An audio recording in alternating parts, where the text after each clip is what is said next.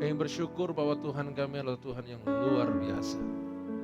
Tuhan yang mengasihi kami, Tuhan yang membimbing kami, Tuhan yang tidak pernah meninggalkan kami. Kami percaya bahwa pujian penyembahan yang kami haturkan kepadamu telah menjadi dupa yang harum. Engkau sudah bertakhta di atasnya dan pasti Engkau memberkati kami.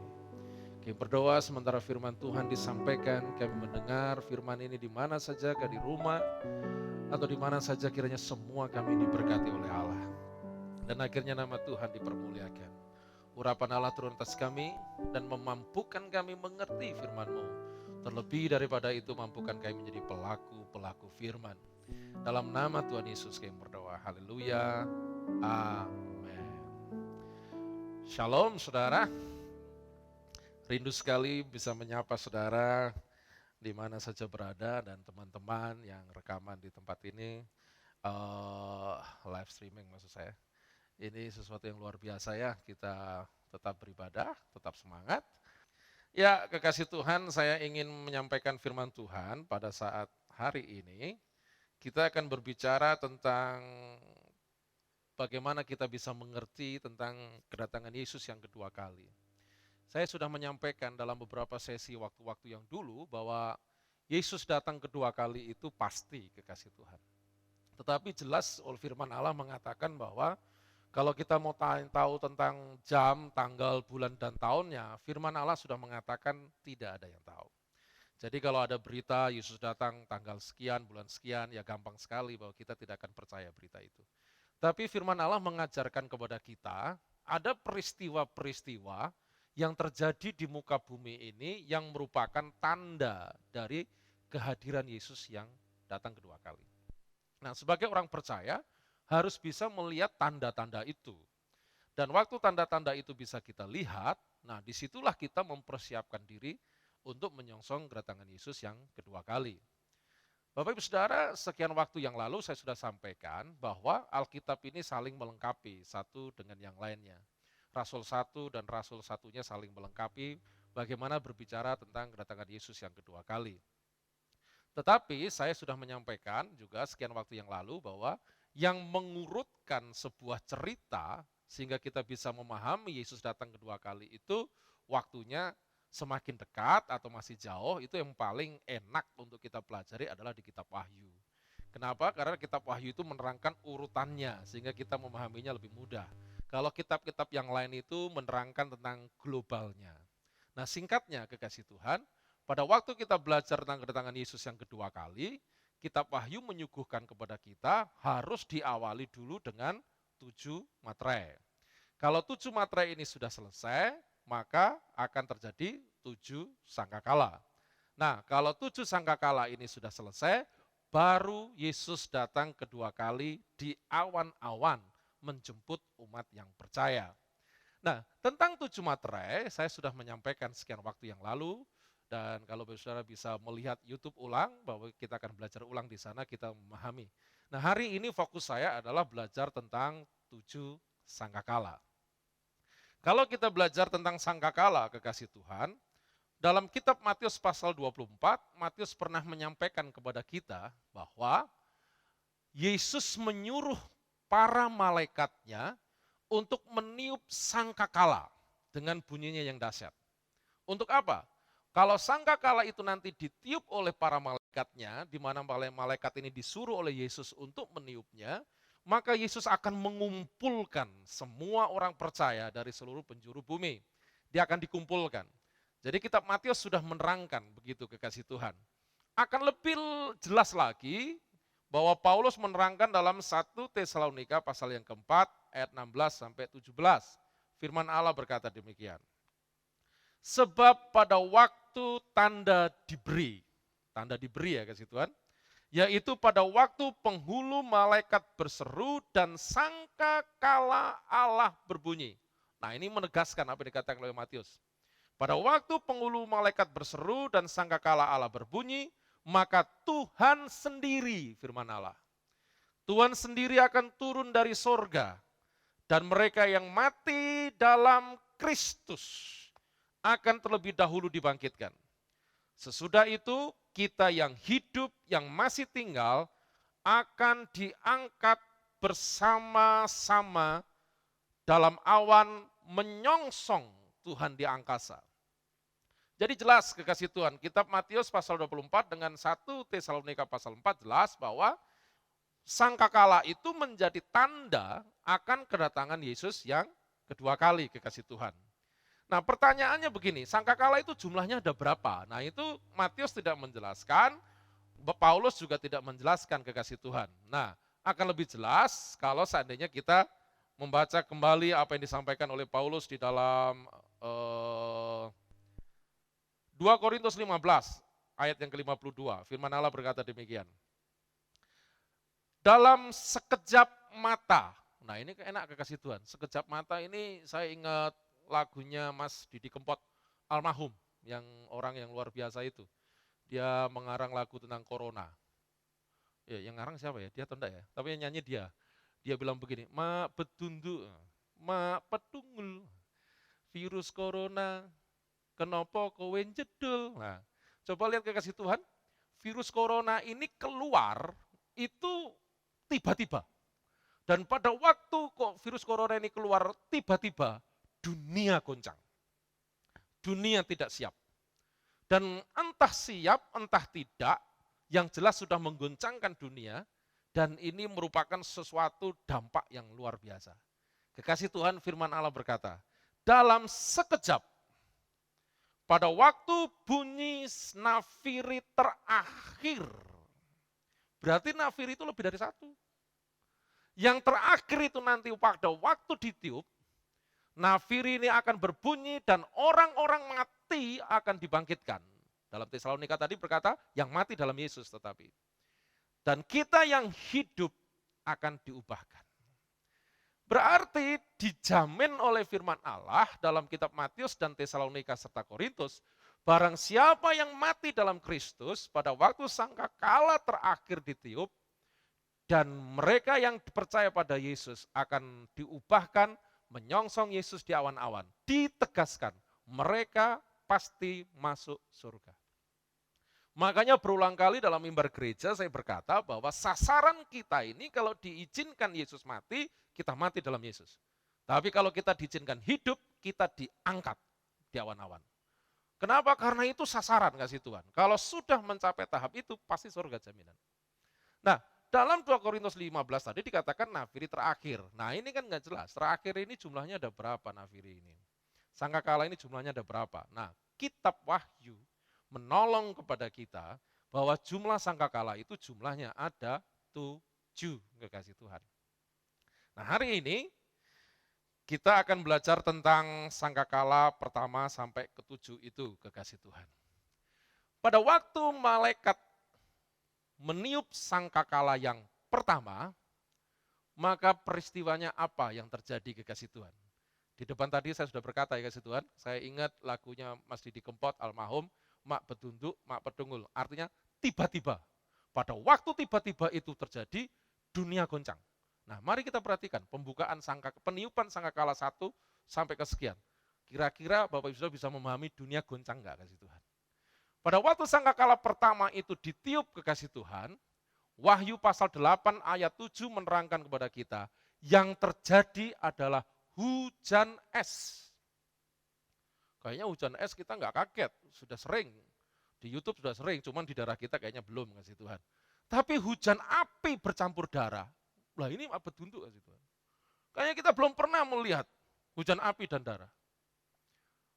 Kalau ini terjadi, kekasih Tuhan, maka sepertiga dunia itu terbakar. Nah, sepertiga dunia ini menandakan banyak wilayah yang terbakar. Nah, wilayahnya di mana? Alkitab tidak menjelaskan. Tapi dampak dari hujan es, api yang bercampur darah, itu sepertiga dunia akan terbakar. Bayangkan wilayah yang terbakar, pasti goncang. Kebakaran hutan aja udah goncang. Orang-orang yang biasa kerja di ladang sudah nggak bisa. Bahkan di beberapa luar negeri kita melihat mereka yang membangun rumah di dekat-dekat hutan, rumahnya terbakar. Bahkan ada yang meninggal dunia. Mereka pasti kehilangan pekerjaan, kehilangan rumah, kehilangan banyak hal, mempengaruhi polusi udara dan sebagainya, goncang. Tapi ini memang disampaikan sepertiga. tidak tahu wilayahnya mana, tapi jumlahnya itu kalau dihitung sepertiga. Itulah sangkakala pertama, hujan es, hujan api bercampur darah. Beberapa orang yang tidak percaya Tuhan atau boleh saya sebut ateis, kayaknya agak sulit untuk mempercayai hujan api.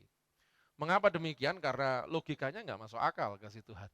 Tapi bagi kita orang percaya, kita bisa percaya. Kenapa? Karena di Alkitab sudah menerangkan ada kasus zaman dahulu kala, kasus Sodom dan Gomora. Bagaimana hujan belerang dan api? Itu dari mana? Bagaimana kita bisa menjelaskan itu? Kalau hujan es masih bisa jelaskan dengan logika gampang orang awam. Tapi kalau api itu berasal dari mana? Belerang berasal dari mana? Tapi Sodom dan Gomora hancur karena hujan, belerang, dan api. Nah yang kedua, kekasih Tuhan, masih dalam kitab Wahyu, pasal yang ke-8, ayat yang ke-8 dan 9. Pada waktu sangkakala kedua itu ditiup kekasih Tuhan. Maka yang terjadi peristiwanya adalah banyak gunung berapi, rupanya yang posisinya ada di laut, itu pada meletus kekasih Tuhan. Nah ini sepertinya masih bisa dilogika ini. Orang masih bisa percaya. Cuman yang jadi masalah, pada waktu sangkakala kedua ini ditiup, gunung-gunung berapi yang meletus wilayahnya di daerah lautan itu akan memberikan dampak sepertiga ekosistem yang ada di laut itu meninggal atau mati. Yang kasihan adalah mereka-mereka nelayan atau mereka yang sedang berlayar di dekat gunung pas meletus. Itu pasti juga kena dampak karena Alkitab berkata kapal-kapal di sekitar itu juga akan hancur.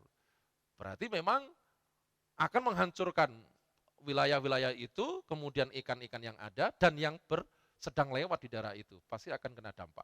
Alkitab berkata sepertiga yang ada di laut bisa mati.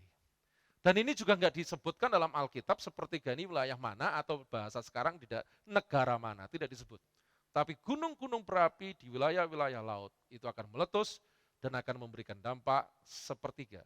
Ekosistem laut dan yang ada di situ akan terdampak mati kekasih Tuhan. Sangkakala ketiga pada waktu ditiup kekasih Tuhan, maka yang terjadi dalam Wahyu pasal 8 ayat 10 dan 11 adalah bintang itu jatuh ke bumi. Nah mungkin kalau bahasa mudahnya kita itu meteor. Hari ini kita mungkin bahasanya meteor. Itu yang familiar bagi kita. Tapi Alkitab berkata bintang itu jatuh. Tapi jatuhnya itu mengenainya air kasih Tuhan. Nah tidak disebut air itu adalah laut atau sumber mata air. Misalkan danau atau bukit yang ada sumber airnya di situ. Dampak dari benda angkasa ini nanti jatuh ke bumi, waktu kena air, dampaknya adalah air itu jadi absintus. Artinya pahit. Nah kalau air itu jadi pahit, sudah nggak bisa dikonsumsi. Makanya dampaknya juga sepertiga manusia bumi juga akan mati. Artinya itu jumlahnya banyak. Kata sepertiga jangan disebut nanti kita hitung-hitung dengan matematika jumlahnya sepertiga, jangan gitu ya. Sepertiga itu artinya banyak yang meninggal. Karena airnya jadi pahit kasih Tuhan. Kita ingat kan kasus di padang gurun pada waktu di Meriba itu kan kasih Tuhan ya. Ada air yang sangat pahit, orang Israel kebingungan. Ini di padang gurun butuh air. Lah pas ada air pahit, nggak bisa dikonsumsi. Akhirnya Tuhan kasih mujizat lewat Musa, air itu jadi diubah jadi manis dan bisa dikonsumsi. Nah dulu pernah terjadi air itu jadi pahit. Lah rupanya dalam sangkakala yang ketiga ini pada waktu ditiup, benda angkasa itu jatuh ke bumi, jatuhnya pas mengenai air. Nah Bapak Saudara, kita mengerti air merupakan satu kebutuhan bagi manusia ya. Tidak ada air kita repot, nggak ada makan mungkin bisa puasa, nggak ada air sepertinya agak repot kasih Tuhan. Nah bayangkan itu nanti pasti goncang kasih Tuhan. Kita ini melihat ada air saja yang bisa dikonsumsi nanti pada waktu musim kemarau, misalkan kering, itu aja kita susah. Apalagi pahit, ada nggak ada tapi nggak bisa dikonsumsi. Wah itu lebih repot lagi kondisinya kasih Tuhan. Maka goncang itu pasti akan terjadi. Sangkakala yang keempat pada waktu ditiup kekasih Tuhan, dalam Wahyu pasal 8 ayat 12 menerangkan kepada kita bumi itu akan menjadi gelap. Dikatakan bahwa matahari akan menyusut, bulan akan menyusut, bintang akan menyusut, dan terjadilah gelap gulita di bumi. Ini juga pasti goncang. Goncangnya apa kasih Tuhan? Sekolah pasti libur kasih Tuhan. Sekolah pasti libur, kita ke pasar ya mikir, kita kerja ya mikir, dunia gelap kok. Ini tidak disebut gerhana matahari, gerhana bulan loh kasih Tuhan ya. Ini bumi ini gelap. Apa pernah terjadi bumi ini gelap? Waktu Yesus mati itu kan bumi gelap jam 12 sampai jam 3. Sampai akhirnya orang itu percaya bahwa sungguh yang meninggal ini adalah orang benar. Itu prajurit Romawi bilang begitu. Artinya tanda-tanda alam ini membuktikan bahwa siapa ini yang disalib. Ini sungguh orang benar. Nah coba lihat kekasih Tuhan. Fenomena-fenomena ini pernah terjadi di perjanjian lama dan awal perjanjian baru. Tapi kitab Wahyu memberitahu kepada kita, waktu sangka-sangkakala itu nanti ditiup, lah ya itu tanda-tandanya. Nah itu nanti kan pasti goncang kasih Tuhan. Wong kita dikasih virus corona, bukan kita dikasih virus corona ya, ada virus corona di muka bumi goncang, ekonomi goncang, pendidikan goncang, keagamaan goncang, hubungan seorang yang lain aja goncang. Biasanya salaman jadi nggak salaman, biasanya pelukan nggak jadi pelukan, biasanya bertamu jadi mikir kasih Tuhan. Kita nggak bertamu nggak apa-apa, tapi orang bertamu sama kita bingung. Wah ini nolak bingung sudah datang. Coba lihat sosial pun jadi goncang. Dan saya percaya pada waktu sangkakala pertama sampai keempat ini ditiup, pasti banyak kegoncangan di masyarakat dan itu meliputi semua bidang. Nah coba lihat kasih Tuhan, kalau kita mengerti ayat ini dan kita sebagai orang percaya, kasus corona ini kita tidak senang. Tapi minimal kita sudah bisa belajar dari menyikapi dunia yang goncang. Dan jangan lupa kasih Tuhan ini bagi saya loh kasih Tuhan. Kalau bagi saudara saya nggak tahu. Bagi saya kegoncangan dunia yang paling heboh, tapi menunjukkan manusia bisa beradaptasi apapun goncangannya dan manusia tetap membuktikan bisa hidup dalam goncangan, yaitu kasus air bah. Manusia berapa jumlahnya di dunia hari itu? Mati semua dengan air bah. Hanya 4 pasang keluarga di kapal itu. Tapi akhirnya beranak cucu sampai hari ini. Apapun goncangan dunia ini, percayalah manusia sanggup beradaptasi. Katakan amin. Manusia sanggup mandiri, tidak perlu putus asa, tidak perlu takut. Kitab Tesalonika berkata, berita kedatangan Yesus adalah berita penghiburan, bukan berita ketakutan. Peristiwanya memang akan mengoncangkan, tapi Paulus sudah berkata, terhibur, jangan takut. Manusia sudah disetting oleh Allah mampu beradaptasi dalam lingkungan sesulit apapun. Nah, setelah melihat penglihatan sangkakala pertama sampai keempat tadi, Yohanes langsung melihat ada burung nasar terbang di udara. Dan pada waktu burung itu terbang, ada sebuah kata, celaka, celaka, celaka. Apa maksudnya? Sangkakala 1 sampai 4 tadi, itu sudah begitu mencelakakan dunia. Tapi kok masih ada celaka, celaka, celaka. Karena masih ada 3 lagi sangkakala. Nah jika Bapak Ibu Saudara perhatikan sangkakala pertama sampai keempat, itu yang terjadi itu alam sesungguhnya. Hujan es, hujan api itu kan terkena ke alam. Gunung meletus itu kan alam. Terus kemudian apalagi gelap gulita itu alam juga. Tapi waktu terjadi di alam, manusia kena dampak. Nah nanti pada waktu sangkakala ke-5, 6, dan 7 yang terjadi bukan alam, tapi langsung kena ke manusia. Makanya burung nasar berkata, celaka, celaka, celaka. Kalau saya bahasakan sehari-hari, sangkakala 1 sampai 4 terjadi di alam, manusia saja kena kedampak. Apalagi nanti waktu ditiup, tidak terjadi ke alam, tapi langsung kena ke manusia. Nah, itu dia akan sangat berat. Makanya pada waktu sangkakala ke-5 ditiup kekasih Tuhan, Bapak Ibu sudah bisa perhatikan dalam pasal 9 ayat 1 sampai 12, yang terjadi apa? Yang terjadi adalah keluarlah belalang. Ya, kalau bahasa perjanjian lama mungkin disebut dengan tulah belalang. Belalang ini keluar, tapi waktu dia menggigit itu seperti sengatnya kalajengking. Bapak Ibu belum pernah dikena sengat kalajengking? Mungkin ada yang pernah, ada yang belum ya. Saya pernah. Sakitnya minta ampun. Wes gak mau minta kedua kali kasih Tuhan. Sakit sekali. Nah firman Allah berkata waktu sangkakala ke-5 itu nanti ditiup, yang terjadi adalah belalang itu akan keluar, tapi waktu dia menggigit seperti sengat kalajengking. Dan itu waktunya 5 bulan. 5 bulan, Alkitab berkata 5 bulan waktunya. Dan belalang itu tidak membunuh, bisanya tidak membunuh, sengatnya tidak membunuh, tapi menyiksa. Coba lihat kekasih Tuhan, kalau kita ini digigit kalajengking, itu kan sakitnya bukan main. Lah pertanyaannya gigitannya itu ada di beberapa tempat. Itu pasti goncang, orang juga nggak mungkin sekolah, pintu ditutup kasih Tuhan.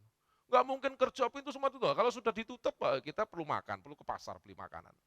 Keluar, ada belalang. Kalau di YouTube, banyak tulah belalang kita lihat. Tapi kan yang diserang tanaman, yang diserang tumbuhan. Tapi Wahyu pasal 9 berkata, jangan kau serang tanaman dan pohon-pohonan, tapi manusia. Firmannya jelas.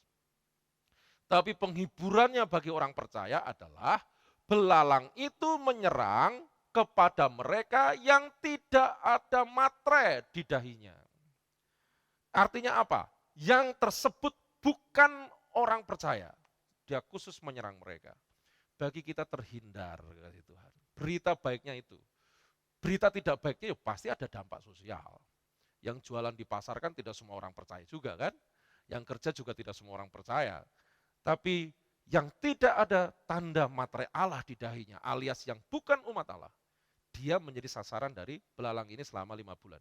Masyarakat berteriak, kata Alkitab, aku ingin mati, aku ingin mati. Tapi firman Allah berkata, tidak ada kematian. Karena memang tugas belalang ini hanya merusak dan bukan membunuh. Sangkakala yang keenam, pada waktu ditiup kekasih Tuhan dalam Wahyu 9 ayat 13 sampai 19, diterangkan akan terjadi perang besar. Perang besar kasih Tuhan. Dan Alkitab berkata itu 20.000 laksa. Kalau satu laksa itu untuk Indonesia jumlahnya 10.000. Kasih Tuhan itu dihitung-hitung dengan matematika itu kemungkinan 200 juta. 200 juta dengan senjata perang modern hari ini yang kita lihat kasih Tuhan. Waduh, banyak sekali yang meninggal itu nanti. Dan itu arena pertempurannya kasih Tuhan, kalau Alkitab berkata ada di wilayah Timur Tengah. Sungai Efrat itu dalam Alkitab kitab Wahyu berkata, itu sepertinya dijaga dengan 4 malaikat. Tapi nanti malaikat itu membuka pintu di Sungai Efrat itu baru terjadi sebuah pertempuran. Dan memang terjadinya ada di sana. Tapi kan orang seluruh dunia bisa ke sana. Lokasinya di sana, tapi seluruh dunia bisa ke sana, bantu-membantu. Nah, coba lihat, pihak siapa dibantu negara mana, pihak mana dibantu negara mana, lokasinya di sana. Itu kalau dihitung 20.000 laksa. Banyak sekali kasih Tuhan, 200 jutaan. Kalau hitung-hitungan dari orang Indonesia. Nah, coba lihat kasih Tuhan. Sangkakala 1 sampai sangkakala 6. Peristiwa yang terjadi buat alam, peristiwa yang langsung kena ke manusia. Tinggal 1 sangkakala lagi, yaitu yang ke-7. Dalam kitab Korintus berkata, yang terakhir. Apa yang terjadi kasih Tuhan? Dalam Wahyu mengatakan pada kita pasal 11, pada waktu sangkakala ke-7 atau terakhir ini tiup, yang terjadi selesailah, genaplah semua tanda-tanda itu. Maka yang mati di dalam Kristus, meninggal dalam Kristus akan diangkat, akan dibangkitkan. Mereka yang dijadikan hidup pada hari itu akan diubah, dan mereka semuanya akan bertemu dengan Yesus di awan-awan. Dan kitab Tesalonika menjamin dia akan hidup selama-lamanya dengan Allah di surga. Wow, luar biasa. Ini berita penghiburan, kekasih Tuhan. Saya tahu persis bahwa beberapa orang mengalami ketakutan waktu membaca ayat-ayat ini. Tapi entah ketakutan atau tidak, firman Allah ini harus terjadi, Bapak Saudara. Dan Paulus berkata, penghiburan. Kalau Bapak Saudara disuruh memilih, mau tinggal di surga atau di bumi, pilihnya di surga. Betul kan? Tapi nggak mau pergi sekarang. Tapi kalau boleh memilih ke surga, tapi perginya sekarang jangan. Oh, di surga nggak ada hutang, kita di sini masih nyicil kasih Tuhan. Coba hari-hari ini itu yang membuat kita sakit jantung, kolesterol, stroke, itu bukan makanan, tapi cicilan, sudah. Coba lihat cicilan kita ini, apalagi kerja susah, nyicil terus kasih Tuhan, nggak bisa bayar. Wah, itu sakit jantung, aduh, bayarnya gimana? Wah, ekonomi akan susah kasih Tuhan. Maka coba lihat ke kasih Tuhan, kita harus mempersiapkan diri dengan baik, hari-hari menyongsong kedatangan Yesus yang kedua kali. Amin. Lalu pertanyaannya begini, apa yang harus saya buat Pak Bambang? Apa yang harus saya buat Pak untuk menyongsong kedatangan Yesus seperti itu yang tadi sudah diterangkan. Kekasih Tuhan, yang harus kita buat adalah kita harus rajin dan tekun membaca firman Allah dan melakukannya. Jangan lupa kekasih Tuhan, saya ini membayangkan, orang percaya saja yang saya ajarkan ini ada banyak yang tidak paham. Apalagi yang tidak percaya kepada Yesus. Tapi semua harus mengalami, sebab saya percaya firman ini harus digenapi. Entah mereka percaya Kristus atau tidak percaya Kristus, mereka akan hidup di masa-masa pada waktu tanda-tanda itu terjadi. Mari kita yang sudah percaya pada Kristus, saudara, kita tekun belajar firman Allah, kita tekun melakukan firman Allah. Jangan lupa kita Matius 7 sudah mengatakan kepada kita, yang kuat hidupnya bukan mereka yang paham firman. Yang kuat hidupnya adalah mereka yang melakukan firman Allah. Barang siapa yang mendengar tapi tidak melakukan, mereka seumpama membangun rumah di atas pasir. Kelihatan indah, tapi nanti kalau badai datang pasti hancur. Tapi barang siapa mereka yang mendengar dan melakukan firman Allah, mereka seumpama membangun rumah di atas batu. Badai boleh datang, tapi dia akan berdiri kokoh. Barang siapa yang rajin merenungkan firman Allah dan melakukan firman Allah dalam menyongsong kedatangan Yesus yang kedua kali, saya percaya orang itu imannya akan kuat. Contohnya misalkan hari ini, mungkin ekonomi goncang, tapi kalau saudara sungguh-sungguh dengan firman Allah, saudara akan kuat menghadapinya. Hari ini mungkin ada sakit penyakit di sekitar kita, tapi kalau kita melakukan firman Allah, kita akan kuat hidupnya. Tapi bagi yang tidak, mungkin akan mengalami stres berat, depresi berat, dan mungkin beberapa orang putus asa. Saya lihat di YouTube kekasih Tuhan, ada orang sampai bunuh diri dari apartemen lantai sekian, jatuh ke bawah karena dia kena COVID-19. Dia tidak mau menderita itu sakit berkepanjangan, dan dia putus asa, akhirnya dia bunuh diri. Coba lihat kasih Tuhan, tapi yang melakukan firman Allah, pasti kita akan kuat. Pasti kita akan terhibur. Rajinlah, tekunlah melakukan firman Allah, dan lakukanlah itu. Dunia boleh goncang, keadaan boleh enggak menentu, tapi firman Allah menjamin kepada kita, kita akan kuat. Amin. Nah, kasih Tuhan, itulah yang saya sampaikan tentang ketujuh sangkakala, dan kita bersukacita kepada Tuhan karena Tuhan pasti menguatkan kita. Dan kita akan berdoa ya kasih Tuhan ya. Ada beberapa orang yang memberikan pokok-pokok doa. Tapi sebelum kita akan berdoa, kita akan menyanyikan lagu ini dulu. Nanti Mas Aan akan menolong kita untuk kita mencoba nyanyi bersama-sama. Ya, kita akan nyanyikan lagu yang riang ini untuk kita terhibur dalam menyongsong kedatangan Yesus yang kedua kali. Haleluya. Dengar dia panggil nama saya, amin. Dengar dia panggil namamu. Dengar dia panggil nama saya, juga dia panggil namamu. Dengar dia panggil nama saya, dengar dia panggil namamu. Dengar dia panggil nama saya, juga dia panggil namamu. Oh giranglah, ku jawab ya, ya, oh ya. Ku jawab ya, ya, ya. Ku jawab ya Tuhan, ku jawab ya Tuhan. Ku jawab ya, ya, ku jawab ya, ya, ya. Ku jawab ya, ya, ya. Ku jawab ya, ya, ya. Ku jawab ya Tuhan, ku jawab ya Tuhan. Ku jawab ya, ya, ya.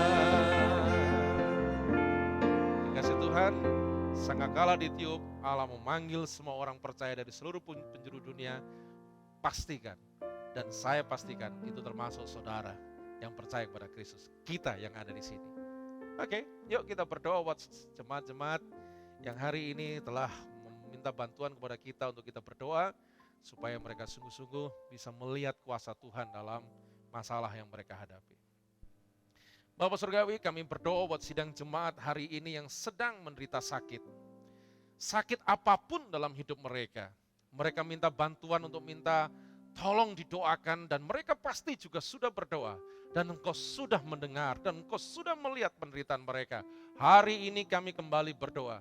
Di dalam otoritas, dalam nama Tuhan Yesus Kristus. Hari ini kami berdoa, Tuhan sembuhkan mereka. Buat mujizat dalam kehidupan mereka. Nyatakan kuasa-Mu Tuhan. Nyatakan bahwa mujizat Allah masih berlaku sampai selama-lamanya. Sarana prasarana apapun yang dipakai Tuhan, kiranya itu dipakai Tuhan untuk menyembuhkan mereka secara sempurna. Yang membutuhkan biaya, Tuhan tolong cukupkan, bahkan berkelebihan. Mereka bisa menikmati berkat Allah yang luar biasa. Kami percaya Tuhan mendengar doa kami. Kekasih Tuhan, mari kita juga berdoa buat hari ini. Jemaat yang berencana untuk menikah dalam bulan ini atau bulan-bulan ke depan, kita berdoa agar mereka juga dicukupkan oleh Tuhan. Persiapannya semuanya Allah ikut campur tangan di dalamnya. Kami mendoakan buat sidang jemaat yang mengadakan pernikahan di hari-hari yang akan datang. Tuhan tolong agar semua persiapan juga berjalan dengan baik. Dalam situasi pandemik semacam ini tidak mudah mempersiapkan banyak hal, tapi kami berdoa Tuhan campur tangan di dalamnya. Mereka bisa melihat keindahan dalam pernikahan mereka. Mereka bisa menikmati sukacita yang luar biasa dan nama Tuhan dipermuliakan. Biaya-biaya dicukupkan, acara-acara semuanya sukacita, semua menikmati, keluarga besar semua menikmati, semua kami yang melihat pun juga senang dan nama Tuhan dipermuliakan.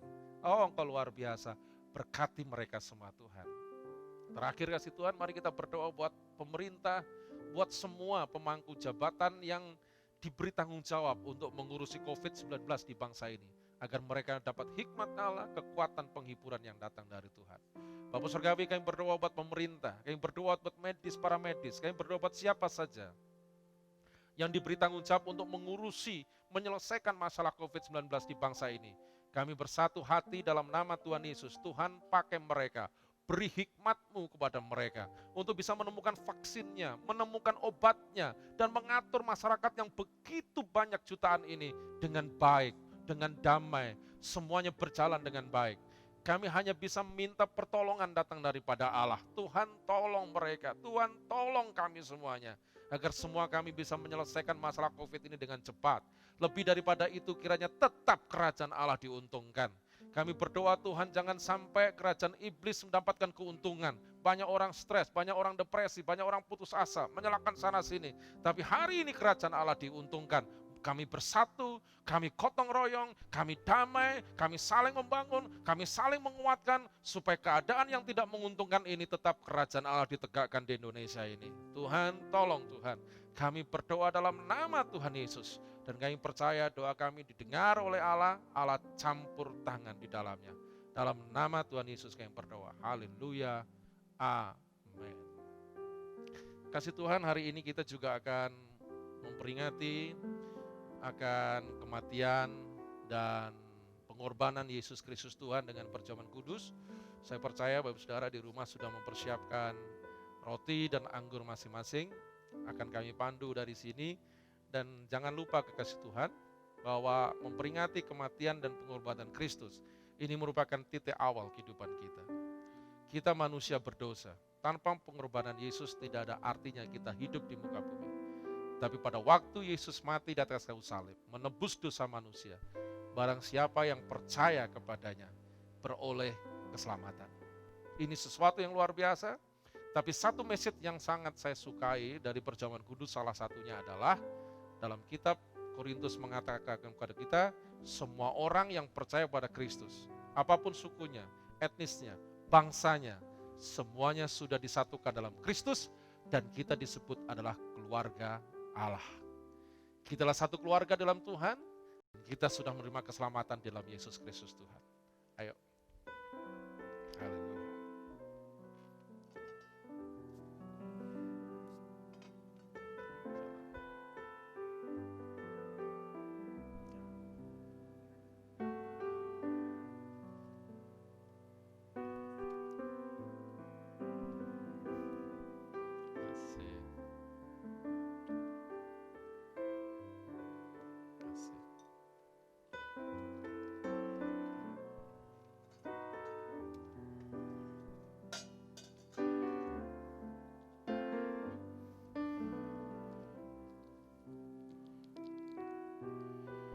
Di tangan kita ini ada roti sebagai lambang daripada tubuh Kristus. Mengertikah saudara, firman Allah mengatakan bahwa di dalam tubuh Kristus yang tercabik-cabik ada jaminan kesembuhan di sana. Ada jaminan kita bebas dari kutuk. Ada jaminan kita bebas dari semua permasalahan. Yesus mati dan tubuhnya dicabik-cabik menandakan bahwa kita bebas dari masalah. Di dalam Yesus selalu ada jalan keluar. Makanlah dengan damai sejahtera dalam nama Tuhan Yesus.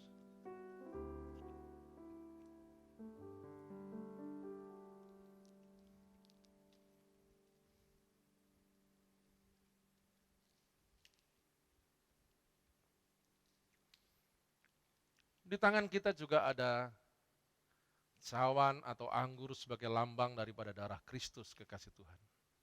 Firman Allah berkata kepada kita bahwa darah ini adalah perjanjian baru. Dengan darah ini semua orang yang percaya pada Kristus, bukan saja masalahnya diselesaikan, bukan saja di dalam Dia ada jaminan kelepasan dari semua problema, tapi di dalam darah ini, barang siapa yang percaya pada Kristus, diselamatkan. Dosa kita merah seperti kirmisi, akan putih seperti bulu domba. Di dalam Yesus semua dosa kita sudah diampuni. Minumlah dengan damai sejahtera di dalam nama Tuhan Yesus.